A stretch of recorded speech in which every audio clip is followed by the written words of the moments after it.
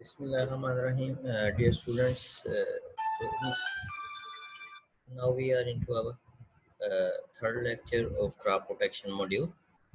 In the second lecture, we talk about the physical method. Now we are talking about the chemical method of herbicide-rated weed control. So herbicides are the chemical that are capable of either killing or inhibiting the growth of the plants. Today, till date, there are 150 herbicides in common use for selective and non-selective control in different areas. Uh, Historical development of the herbicides. Common salts and ash have been used for centuries to control weeds on roadsides, fences, and pathways. But selective control of weeds in agriculture was first conceived in 1896 with the enhanced observation of French farmer that Bordeaux mixture sprayed on grapevine to control downy mildew damaged certain broadleaf weeds as well. It was found that copper sulfate present in Bordeaux mixture was a compound that inhibited the growth of those broadleaf weeds. However, the real trigger was after 1945 with the discovery of 2,4-D and MCPA in the USA and UK, respectively, by Zimmerman and Hitchcock. Both 2,4-D and MCPA were found highly selective for cereals. In cereals they control the broadleaf weeds, छोटे पत्तों वाली जड़ी बूटियां थी उनके against ही बड़े effective थे और इन्होंने जो केमिकल वीड कंट्रोल है उसको एक नया जो है वो dimension दी. अब objectives of herbicide use जो हैं, the primary objective of introducing herbicide in agriculture is to replace the drudgery of manual weeding. कि जो manual weeding में जो cumbersomeness है, जो उसमें huge इन्वेस्टमेंट है टाइम की, लेबर की, और वो बड़ा बैक बोन जो है उसको ब्रेकिंग जो एक्सरसाइज है उससे बच सकें, एक स्प्रे करें और उसके नतीजे में जो हमारा डिजायर्ड ऑब्जेक्टिव है वीड कंट्रोल वो हमें अचीव हो जाए. The labour power could be utilise more effectively for bringing additional land under cultivation. के जो बंदे जो हैं, जो लेबर हमारी जो है वो सारी वीड जो है जड़ी बूटियों को उखाड़ने में लगी हुई है, वो कोई एडिशनल जो है वो एरिया जो है उस पर वो different agriculture operation other than weeding जो है वो परफॉर्म कर सकें, लाइक सोइंग है, हार्वेस्टिंग है. ठीक है. Increase cost of hard labour and limited supply of fuel for mechanical weed control, ये भी बड़ा इशू है, तो उसको ओवरकम करने के लिए ठीक है herbicide यूज जो है वो बेनिफिशियल होगा. herbicide are not aimed at substituting the physical, biological or crop spreading method. they are only meant to bridge the gap कि जो फिजिकल मेथड है, जो प्रिवेंशन है, जो बायोलॉजिकल वीड कंट्रोल या गुड क्रॉप स्टैंड, जो ऐसी हस्बेंड्री की प्रैक्टिसेस हैं जो साथ साथ चल रही हैं वो चलनी चाहिए, लेकिन ये नहीं कि हम सोलली जो है वो हर्बिसाइड पे रिलाई करें. ठीक है. In water bodies herbicide can be efficiently applied to free them from their weedy vegetation that hinder the proper water use. अच्छा जी, आगे है जी क्लासेस ऑफ हर्बिसाइड के. हर्बिसाइड जो है, हर्बिसाइड में भी आइदर सिलेक्टिव और नॉन सिलेक्टिव. सिलेक्टिव से मुराद है कि अगर आप एक मिक्स पॉपुलेशन जो है जिसमें क्रॉप्स भी हैं, जिसमें वीड्स भी हैं, आप उस पर स्प्रे करें तो हर्बिसाइड जो है वो तमीज़ कर सके जड़ी बूटियों में भी और डिजायरेबल वेजिटेशन जो आपकी क्रॉप है उसमें भी. अगर कोई हर्बिसाइड ऐसी है कि आप उसको मिक्स पॉपुलेशन पे स्प्रे कर रहे हैं, गंदम बच रही है जबकि जड़ी बूटियां मर रही हैं, तो ये आपकी selective herbicide होगी. Selective herbicide is one that kills some plant species when applied to a mixed population without causing injury to the other species. जो नॉन सेलेक्टिव है वो ऑन द अदर हैंड वो हर चीज़ को जो है जिस पे वो पड़ेंगी उसको वो किल कर देंगी. सेलेक्टिव हर्बिसाइड की एग्जांपल जो है वो हमारे पास गंदम में ऑलमोस्ट जितनी भी हर्बिसाइड है, ठीक है, चाहे वो फिनाक्साप्राप है, चाहे वो क्लोडिनाफाप है, चाहे वो लॉक्सीफाप है, चाहे वो फिनाक्साटेन है, चाहे वो एमसीपी है, चाहे वो आयोडोप्लस मेसोसल्फोरान है, चाहे वो आइसोप्रोट्रान है, चाहे वो कार्फेंट्राजोन है, चाहे वो सल्फोसल्फोरान है. ठीक है, एक लॉन्ग लिस्ट है, चाहे वो एमसीपी है, चाहे वो फ्लॉक्सीपायर है. ठीक है, तो एक लॉन्ग लिस्ट चलती है. ये सारी जो है गंदम में हम कर रहे हैं वो सिलेक्टिव है कि हमारी गंदम को वो कुछ नहीं कहती. और पाकिस्तान में तकरीबन जो 63% जो हर्बिसाइड रजिस्टर्ड है वो है ही सारी गंदम के लिए. ठीक है. नॉन सेलेक्टिव हर्बिसाइड जो है वो जिस प्लांट पे पार्ट पे पड़ेगी, जो कंटेक्ट है वो उसको किल कर देगी, जो सिस्टमिक है वो अंडरग्राउंड पार्ट्स में पहुंच के उसको किल करेगी. नॉन सेलेक्टिव में हमारे पास प्रीवियस लेक्चर में भी बात हुई थी कि नॉन सेलेक्टिव में हमारे पास ग्लाइफोसेट है और पैराक्वाट है. ग्लाइफोसेट जो है वो सिस्टमिक है, सरायत पजीर है, जो पैराक्वाट है वो कंटेक्ट है, वो लम्सी जहर है. ठीक है. तो अदर जो है कि कंटेक्ट या ट्रांसलोकेटेड हर्बिसाइड. कंटेक्ट से मुराद है कि जो है वो पौधे के जिस हिस्से पे पड़ेगी वो वहीं पे अपना एक्शन दिखाएगी। ठीक है, हमारे पास प्रोमोक्सिनल जो है वो कंटेक्ट में आ जाती है फोलियर अप्लाइड में। बाकी जो हमारी सल्फोनाइल यूरिया है, जिस तरह आपका आइसोप्रोट्रान वगैरह है, सल्फरान है, ये ट्रांसलोकेटेड है, ये सरायत पजीर हैं। ये पौधे के अगर फॉलेज में पड़ी हैं तो ये अंडरग्राउंड पार्ट्स को भी किल करने के काबिल होंगी, उसके नीचे जाके रूट्स को किल कर सकती हैं। ठीक है, ट्रांसलोकेटेड से मुराद है कि ये सरायत पजीर हैं, ये अगर फोलिज पे अप्लाई किया गया है तो ये rest of the plant portion जो भी है, प्लांट पार्ट जो है वहाँ पे मूव कर सकती हैं। ठीक है, कुछ ऐसी हर्बिसाइड होंगी जो बोथ कंटेक्ट और ट्रांसलोकेशन की एक्टिविटी, फॉर एग्जांपल जो एट्राजीन जो है वो ट्रांसलोकेटेड हर्बिसाइड है when absorbed by the weed from the soil, but a contact herbicide when separate on the plant shoots. ठीक है, तो इसी तरह रेजिडुअल और नॉन रेजिडुअल, रेजिडुअल से मुराद है कि किसी जो हर्बिसाइड है उसका फाइटोटॉक्सिक इफेक्ट सॉइल में कितने अरसे के लिए रहता है। ठीक है, द रेजिडुअल पीरियड में भी 3 to 4 weeks in herbicides such as 2,4-D और एज मच एज लॉन्गर जो मंथ्स में भी हो सकता है। जो पेंडिमेथिलीन है ये तकरीबन 1.5 से 2 महीने तक इसका असर जो है वो पेंडिमेथिलीन है, मेटालाक्लोर वगैरह जो प्री इमर्जेंस हर्बिसाइड है इनका रहता है। A non residual herbicide is inactivated in soil immediately, ये साइल में फ़ौरन या कुछ दिनों बाद या कुछ घंटों बाद जो है इनकी ब्रेक डाउन जो है वो डिग्रेडेशन स्टार्ट हो जाती है, साइल में ये एक्टिव नहीं रहती। इनका जो जिस फॉलिएज पे पड़ेंगे उस पर तो शायद इसका इफेक्ट आए, लेकिन जो साइल में है वहाँ पे इनकी कोई एफिशिएंसी जो है फिर वो नहीं रहती। Narrow spectrum versus broad spectrum, अब एक फील्ड है वो शायद ही कोई ऐसा फील्ड हो जिसमें वीड जो है वहाँ पे सिर्फ ग्रासी वीड कहें या हम नहीं होना है, ब्राड वाले को ना होने दें, या ब्राड कहे जी यहाँ पे हम रहते हैं तो ग्रासी नहीं आएंगी। तो फील्ड जो है वो मिक्स पॉपुलेशन वीड्स की होती है और उसको वो इन्फेस्ट करती हैं। गंदम में आपने देखा था कि गंदम में बाथू भी है, गंदम में लैली भी है, साथ कैंडी ग्रास जो है दुम्बी सिटी भी है और वाइल्ड रोड वगैरह भी है। तो अगर कोई हर्बिसाइड सिर्फ ग्रासी वीड को किल कर रही है तो इसका मतलब उसका स्पेक्ट्रम है नैरो, अगर वो ब्राड को कर रही है तब भी नैरो, अगर वो दोनों को किल कर रही है एट द सेम टाइम वो सिलेक्टिव है वो, तो वो नैरो स्पेक्ट्रम हर्बिसाइड नहीं है, वो ब्रॉड स्पेक्ट्रम होगी। ब्रॉड स्पेक्ट्रम से मुराद है कि तमाम तरह की वीड्स जो किसी पार्टिकुलर फील्ड में उस गिवन टाइम और स्पेस में मौजूद हैं उसको वो एफिशिएंटली कंट्रोल कर रही है। तो narrow spectrum herbicide are effective against specific weeds, तो स्पेसिफिक वीड की कैटेगरी है सेजिस को मार रही है या ग्रासिस को मार रही है या फिर सिर्फ ब्राड को मार रही है, जो ब्राडली वीड को मार रही है। जो ब्रॉड स्पेक्ट्रम होगी वो तमाम तरह की वीड को किल करने के कैबल होगी। जो हमारी गंदम में जो हमारे पास ब्रॉडली हर्बिसाइड अवेलेबल हैं उनमें एक तो आपके पास एटलांटस है, एटलांटस के अलावा प्लास है एफएमसी का, और उसके अलावा जो है अफिनिटी होती थी, अफिनिटी 50W की, वो भी ब्रॉड स्पेक्ट्रम में आती है। तो अगर कोई हर्बिसाइड ऐसी है जो नैरो स्पेक्ट्रम है तो उसको ब्रॉड हम कर सकते हैं वाया टैंक मिक्सिंग, कि हम नैरो जो है लीव हर्बिसाइड जो है ग्रास किलर जो है उसको ब्रॉड लीव हर्बिसाइड से टैंक में मिक्सचर कर लें, लेकिन पहले उनकी लेबल पे दर्ज जो हदायत हैं वो हमें जाननी होंगी कि आया वो आपस में कंपैटिबल हैं, उसको किस ग्रुप की हर्बिसाइड के साथ मिक्स किया जा सकता है। ठीक है, उनकी कंपैटिबिलिटी जो है वो फिर जार टेस्ट के जरिए वो टेस्ट हो सकती है। फिर है जी soil sterilants and fumigants. A soil sterilant prevent the growth of plants when present in the soil, ये सॉइल पे एक जो है वो सीलिंग आप कह लें कि एक लेयर सी बना लेता है वीड, जैसे ही उनके साथ इन कंटेक्ट आती हैं तो उसको फिर ये तकरीबन 16 वीक्स तक ये होते हैं इफेक्टिव। जो फ्यूमिगेंट हैं ये धुनी की तरह के हैं। ठीक है, तो temporary substances are usually volatile compounds which leave the soil in vapor form after a few days to a few weeks. During this period they are supposed to have killed all live parts living plants in the soil, के ये जो है वो हवा में मुअल्लक से रहते हैं, volatile compound होते हैं। जो ऐसे soil stabilizers जो हवा में मुअल्लक रहेंगे, volatile होंगे, वो fumigants कहलाएंगे। ठीक है, तो मैथाम है, डेजोमेथैम भी वगैरह जो हैं वो उनकी एग्जांपल्स हैं।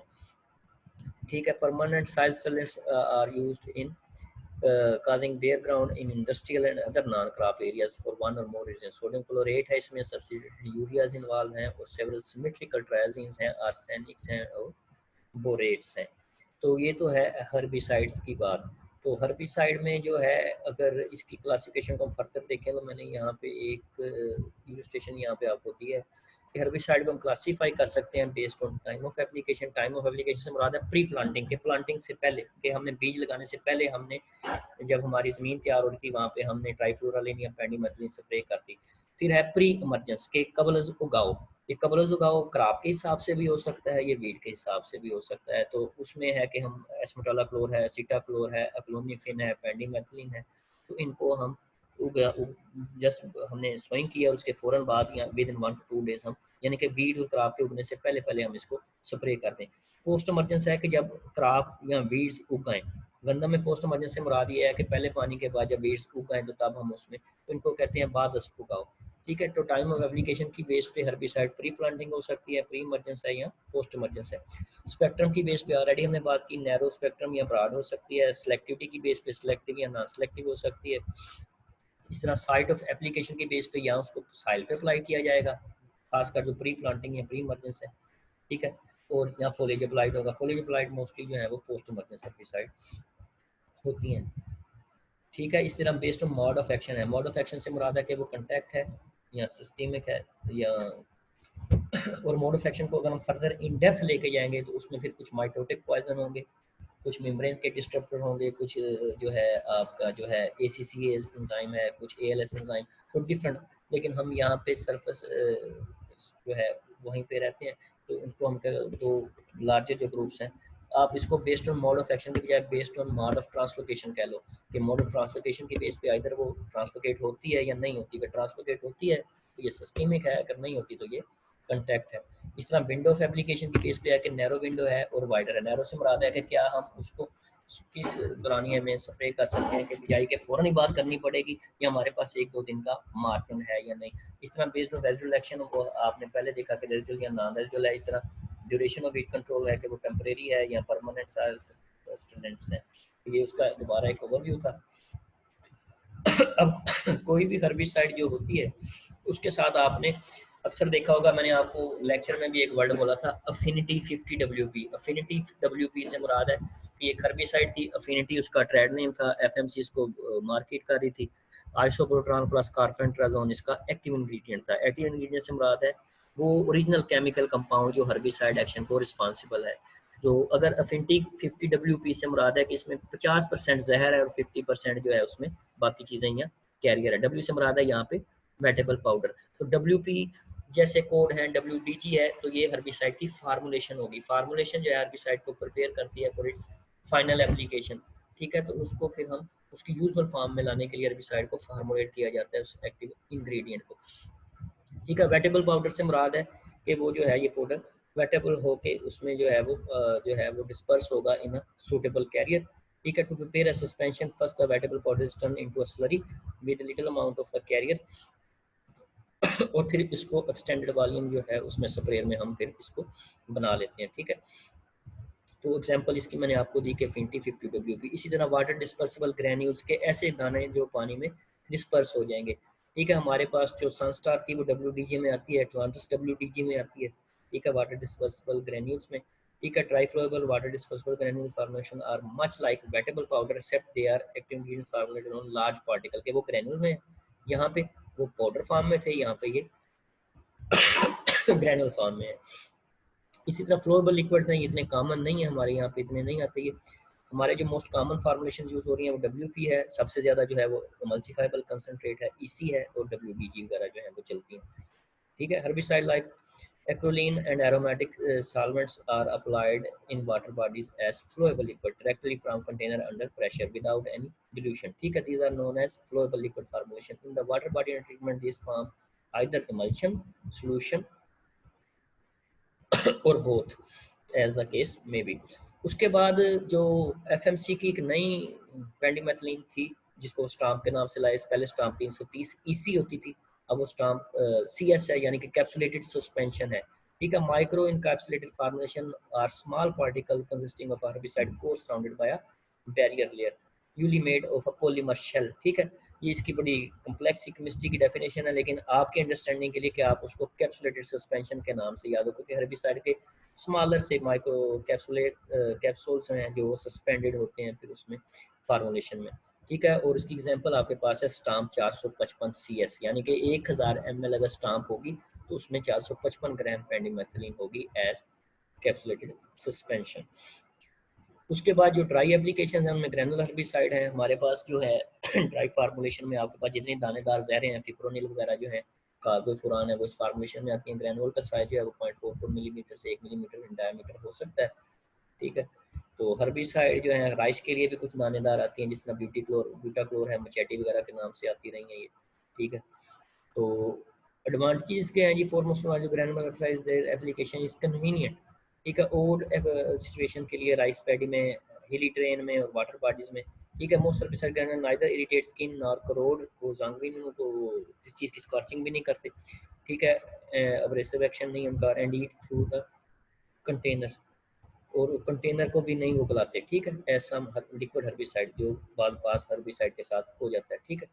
तो ये इसके एडिशनल एडवांटेजेस हैं। इनके जो डिसएडवांटेज हैं इसके, कि despite many wild granules have not been able to fully replace the herbicide spray system because of their certain inherent weakness. उनकी जो वीकनेस है उनमें एक तो ये है कि इसकी granulocytes are low Nelson's compounds. Usually they contain 2 to 10% active ingredient as against 20 to 90%. उनमें जो उसकी कंसंट्रेशन एक्टिव इंग्रेडिएंट की वो कम होती है।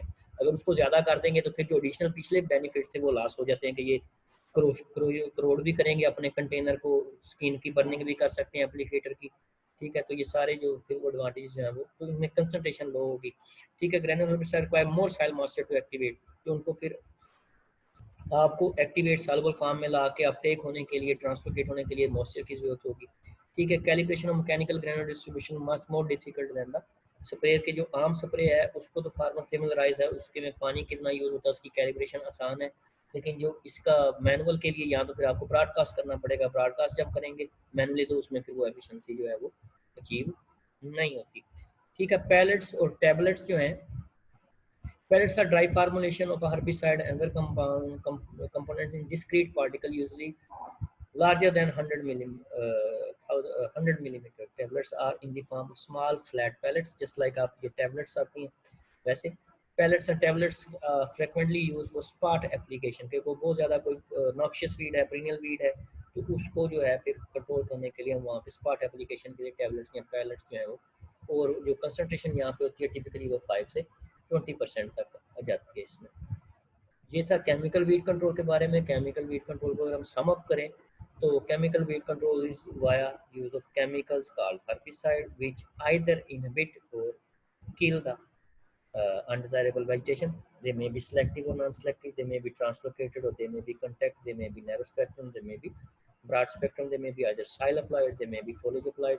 तो उनकी केमिकल क्लासिफिकेशन वो एक अलग लिस्ट है, ठीक है। तो आपको फिलहाल तक यहाँ पे इतना इसके बारे में आगे ही जो है वो एनफ है। अगला जो स्टेप है that is biological control. Biological control के पैरेलल एक चीज़ चलती है that is natural control. Natural control से मुराद है कि कोई भी स्पीशीज जो है उसके कुछ नेचुरल एनिमीज जो होते हैं जो ऑलरेडी नेचर में ऑलरेडी दायरा कार में अपना काम कर रहे हैं विदाउट ह्यूमन इन्वॉल्वमेंट, वो नेचुरल कंट्रोल में आएगा, ठीक है। जब हम उस नेचुरल बायोलॉजिकल कंट्रोल को मैनिपुलेट करते हैं उसमें लेबॉर्ट्री में उसकी पॉपुलेशन को इंक्रीज करके, फिर उसकी ऑलरेडी एग्जिस्टिंग नेचुरल वो है उसकी पॉपुलेशन, उससे एडिशनल हम उसको रिलीज करते हैं एनवायरनमेंट में, तब वो बायोलॉजिकल वीड कंट्रोल एजेंट बन जाता है, ठीक है। Utilisation of natural living organism such as insects, herbivorous fish, herbivorous से मुराद है सब्जा खाने वाली जो मछलियां हैं वो, other animals, disease organisms and complete plants to limit the weed growth. In biological control method is not possible to dedicate weed but weed population can be reduce. इसमें हर्बिसाइड की तरह हम कंप्लीटली उनको वाइप तो नहीं कर सकते, लेकिन उसकी जो पॉपुलेशन है उसको कम किया जा सकता है। Matter no be full control alternatives introduce weeds are best target for biological control. Control ऑप्चुनिया स्पीसीज प्रिकली पेयर जो है, जो हमारे यहाँ पे भी कैक्टस की एक स्पीशीज सी है, इसको आप नेट पर सर्च कीजिएगा आपको आइडिया हो जाएगा। और लांटाना जो पंचफुली है, लांटाना कुमारा जो है इन्वेजिव वीड है, हमारे यहाँ पे भी है ये। जो यूएसए की स्टेट्स हैं हवाई वगैरह वहाँ पे ये बड़ा मेजर नॉक्शियस वीड्स में शुमार होती है। तो उनको बायोलॉजिकल कंट्रोल एजेंट से जो इंसेक्ट्स हैं उनमें ये सक्सेसफुली कंट्रोल हो चुकी हैं। इसके जो मेरिट्स हैं एज कम्पेयर टू हर्बिसाइड या केमिकल कंट्रोल, एक तो लेस इन्वायरमेंटल हार्म है कि हर्बिसाइड जो है वो इन्वायरमेंट को, क्योंकि वो केमिकल हैं, सिंथेटिक केमिकल्स हैं, ठीक है। वो बायोस्फीयर में, ठीक है, लिथोस्फीयर में, हाइड्रोस्फीयर में, एटमॉस्फेयर में वो जब आएंगी तो वो फूड चेन को, और जो साइकिल चल रहा है नेचुरल उसका माइक्रो ऑर्गेनिज्म का, अथर्म्स वगैरह का, ठीक है, हनी बीज वगैरह का, उनको इंसेक्टिसाइड भी और पेस्टिसाइड भी, हर्बिसाइड बताते खुद पेस्टिसाइड उनको डिस्टर्बेंस काज कर सकती हैं, ठीक है। तो ये चीपर है, कंपैरेटिवली लॉन्ग लास्टिंग इफेक्ट है इनका, will not affect non target plant and safer use, ठीक है। लेकिन कुछ जो इनकी सिलेक्टिविटी है वो समटाइम क्वेश्चनेबल भी होती है कि बाद दफ़ा जो है जो इंटेंडेड टारगेट है उसको छोड़ के, या वो अगर सीजन में मौजूद नहीं है, ठीक है, तो फिर ये हो सकता है कि जो हमारी टारगेट वेजिटेशन है उस पर भी फीड करना स्टार्ट कर दें। तो सिलेक्टिविटी एक इशू यहाँ पे हो सकता है, ठीक है। जो इनके डिमेरिट्स हैं कि मल्टीप्लिकेशन इज कॉस्टली है, यहाँ पे कंट्रोल स्लो है। अच्छा, सक्सेस कंट्रोल की बात बहुत लिमिटेड हो जाती है। उसमें ये चीज़ है कि जो टारगेट है स्पीशीज वो भी मौजूद है, प्रेडेटर या नेचुरल एनिमी भी मौजूद है, लेकिन बाद में बायोटिक फैक्टर या एबायोटिक फैक्टर ऐसे चेंज हो गए कि जो है वो अपनी इफेक्टिवनेस लूज कर गया। टेम्परेचर बहुत ज़्यादा हाई हो गया, बारिश हो गई, या ड्राइनेस बहुत ज़्यादा आ गई, ड्राउट आ गया, या वो जो स्पीशीज़ ही नेचुरली मौजूद नहीं, उसका फ्लश जो है वो मर्ज नहीं हुआ। तो ये सारी चीज़ें जो हैं फिर उसकी सक्सेस को चैलेंज करती हैं, ठीक है। 1900 जो है start of the 20th century, वहाँ से इसकी हिस्ट्री हम लोकेट कर सकते हैं, ठीक है। तो टू बेसिक अप्रोचेज है, एक तो क्लासिकल बायोलॉजिकल कंट्रोल अप्रोच है, और दूसरा उसमें बायोलॉजिकल क्लासिकल अप्रोच यही है कि नेचुरल एनिमल को आइडेंटिफाई किया जाए, उसको फिर रेयरिंग करके लेबोरेटरी में तो उसकी जो पॉपुलेशन है फील्ड में उसको रिलीज किया जाए, ताकि जो नेटिव पॉपुलेशन है उसको वो सप्लीमेंट कर सके। दूसरा है कि बायो हर्बिसाइड जो है उनको फार्मुलेट करके बायो हर्बिसाइड जो है वो प्रिपेयर की जा सके, ठीक है। तो इसमें जो है वो इसका जो क्राइटेरिया है जो एक अच्छे सक्सेसफुल बायो कंट्रोल एजेंट में होना चाहिए, एक तो वो होस्ट स्पेसिफिक होना चाहिए, यानी कि जिस चीज़ को उसको कंट्रोल करना है सिर्फ उसको कंट्रोल करे, बाकी जो चीज़ें हैं जो हमारी मेन क्राफ्ट है उसको कुछ ना कहे। फिर वो हार्डनेस होनी चाहिए, उसमें टॉलरेंस होनी चाहिए कि वो एबायोटिक और बायोटिक स्ट्रेसेस को टॉलरेट करे, ठीक है। और एक सीज़न से दूसरे सीज़न अपने आप को कैरी करे, ये ना हो कि हर सीज़न में ही हम उसको रिलीज़ करते फिरें, ठीक है। फिर उसकी फीडिंग हैबिट और ईज़ ऑफ मल्टीप्लिकेशन, तो उसकी फीडिंग हैबिट जो है ये बड़ी कि वो किस चीज़ पे, अगर एक वीड है, ठीक है, अगर वो रूट उसके किसी रूट पे फीड करता है तो शायद हमें फिर उस साइल में तो ना उसको इनकारपोरेट करें, हो सकता है कि वो ज़्यादा इफेक्टिव अगर वो फोलिएज खाए, ठीक है। तो अगर कोई ऐसी चीज़ है जो रूट का पैथोजन है तो शायद वो हमारे उतने काम का ना हो जितना निस्बत जो शूट पैरासाइट जो शूट को जाके डैमेज करें या शूट का पैथोजन हो, ठीक है। दूसरा उसकी मल्टीप्लिकेशन की ईज के उसको हम आसानी से लैब में रीडिंग करके उसको मल्टीप्लाई करके उसको फिर रिलीज कर सकें।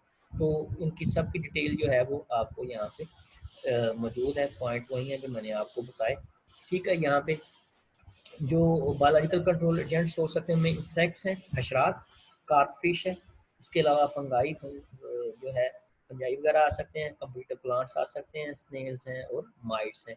तो आपको इनमें से जो है वो एक दफ़ा गो थ्रू हो जाए, बोटेनिकल नेम आपको नहीं भी याद होते जोलॉजिकल नेम स्पीशीज़ के, तो वो इतना बड़ा इशू इस लेवल पे नहीं है। जस्ट आपको एक दफ़ा यहाँ से सिर्फ गो थ्रू होना है कि कार्पफिश वगैरह जो है उसको कहाँ पे यूज़ किया गया है, ठीक है। तो हर्बीवोर फिश जो है वो फूड स्पेसिफिक नहीं होती, ठीक है। Where as a common carp जो है ये नॉन हर्बीवोर फिश है, ये सबमर्ज्ड एक्वेटिक वीड्स जो है उसको ये कंट्रोल करने में हमें हेल्प आउट कर सकती है। इसी तरह पैथोजेंस जो है, ठीक है। पैथोजन में जो हमारे पास जो कमर्शियल हर्बिसाइड जो है वो अवेलेबल जो है उनमें जो सबसे क्लासिकल एग्जांपल हमें यहाँ पे मिलती है, मैंने यहाँ पे एक टेबल यहाँ पे आपको दिया हुआ है, वो है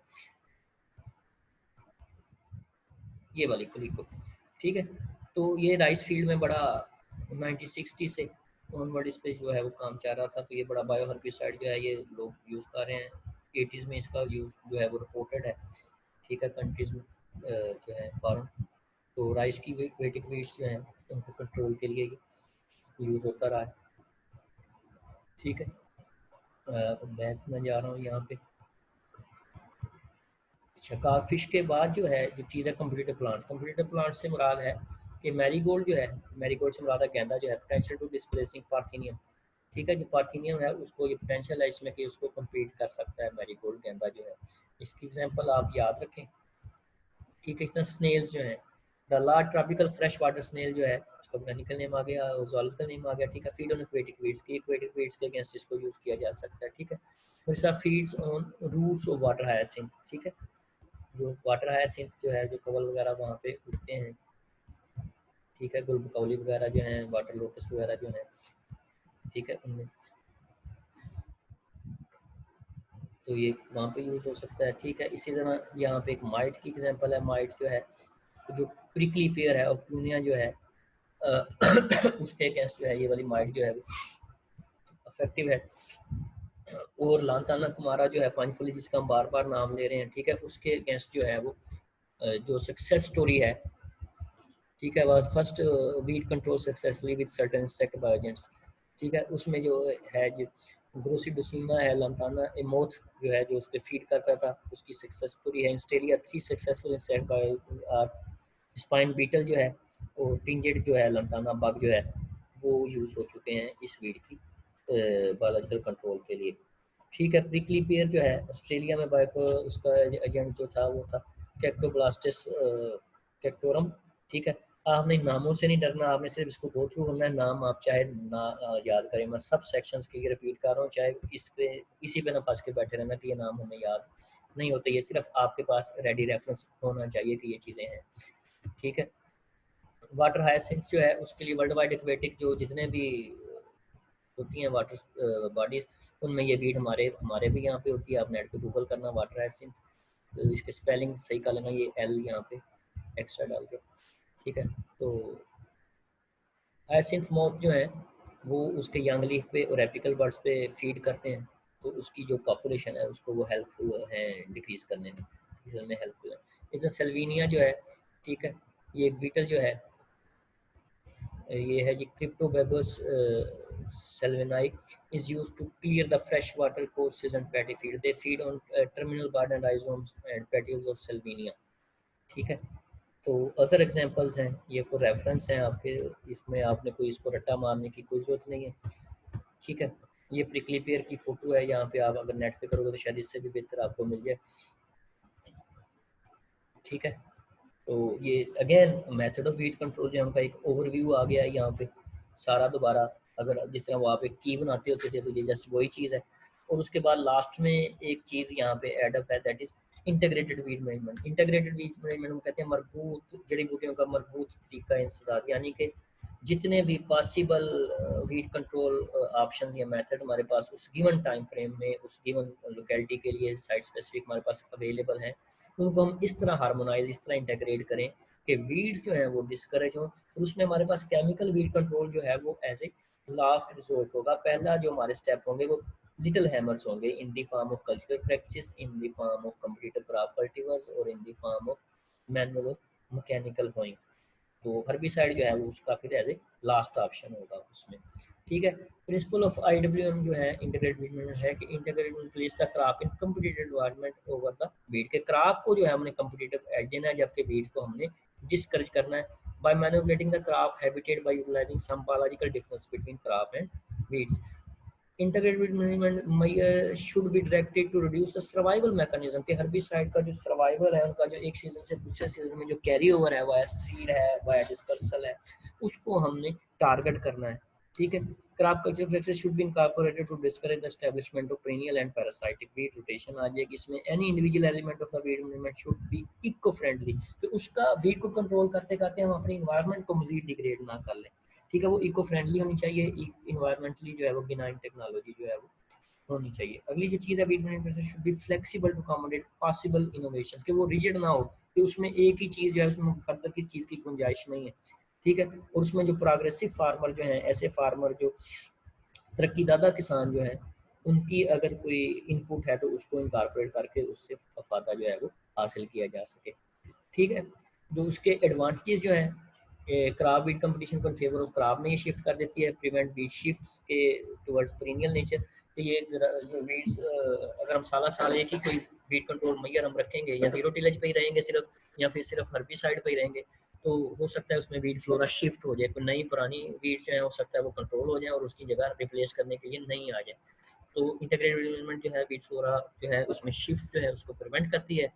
रेजिस्टेंस डेवलपमेंट जो है हर्बिसाइड में, जो जड़ी बूटियों में हर्बिसाइड के खिलाफ जो कुव्वत मुदाफ़त डेवलपमेंट होती है, तो उसको डिस्करेज करने में हेल्प आउट होगी। ऐसी वीड जो हर्बिसाइड से कंट्रोल नहीं होती, अगर हम एडिशनल हर्बिसाइड से हट के एडिशनल भी कोई चीज़ कर रहे हैं, तो जो स्केप्स होंगे वीड्स के जो उस वक्त किल नहीं हुए, उनको हम मैनुअली मैकेनिकली या एटलीस्ट हम उनके जो सीड सेट हुए हैं उनको हम काट सकते हैं। ठीक है, तो इन्वायरमेंटल पोल्यूशन लेस है इसमें, और बाद दफ़ा नहीं बिल्कुल ही नहीं होगा अगर हम हर्बिसाइड को यूज़ नहीं कर रहे। गिव्स हायर नेट रिटर्न है और suitable for high cropping intensity, ऐसे एरियाज जहाँ पे क्रॉपिंग इंटेंसिटी ज़्यादा है। क्रॉपिंग इंटेंसिटी आपका जो आपका बेसिक एग्रीकल्चर का कोर्स है शायद उसमें भी आई थी या फील्ड क्रॉप प्रोडक्शन में भी होगी, कि number of crops taken from a piece of land in a given time जो है वो भी हो सकती है।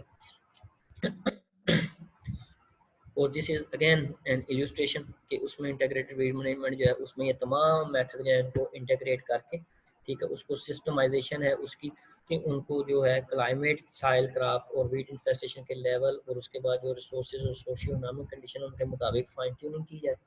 ठीक है, तो उसके जो एडिशनल बेनिफिट जैसे हमने पीछे डिस्कस किया कि एनवायरमेंटल सेफ्टी आएगी, increase in crop yield per unit area है, इंक्रीज इन क्रॉप प्रोडक्शन है, increase in crop yield per capita है। एक क्रॉप यूनिट यील्ड थी पर एरिया की, एक एरिया में से कितनी आ रही है। दूसरा है क्रॉप यील्ड पर कैपिटा के पर पर्सन बेसिस पे भी उसमें बेहतरी आएगी।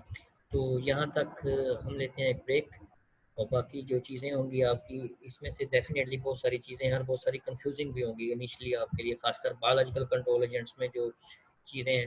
तो आपसे रिक्वेस्ट ये है कि आपके पास अगर टाइम हो, टाइम बड़ा ज़रूरी है, आपके पास टाइम नहीं होता तो टाइम निकालें और इसको एक दो दफ़ा लाजमी गो थ्रू हों। जब गो थ्रू होंगे पहली दफ़ा पढ़ेंगे तो शायद आपको 35% 40% समझ आए, जब आप दोबारा करेंगे तो शायद आप 75 का जो फिगर है उसको टच कर लेंगे, तो पीछे 25 बचेगा, उसको आप in the form of question या in the form of discussion resolve करेंगे। इंशाल्लाह आप जो है वो 100% अंडरस्टैंडिंग की जो बेंचमार्क है उस पर आप स्टैंड करेंगे। Thank you.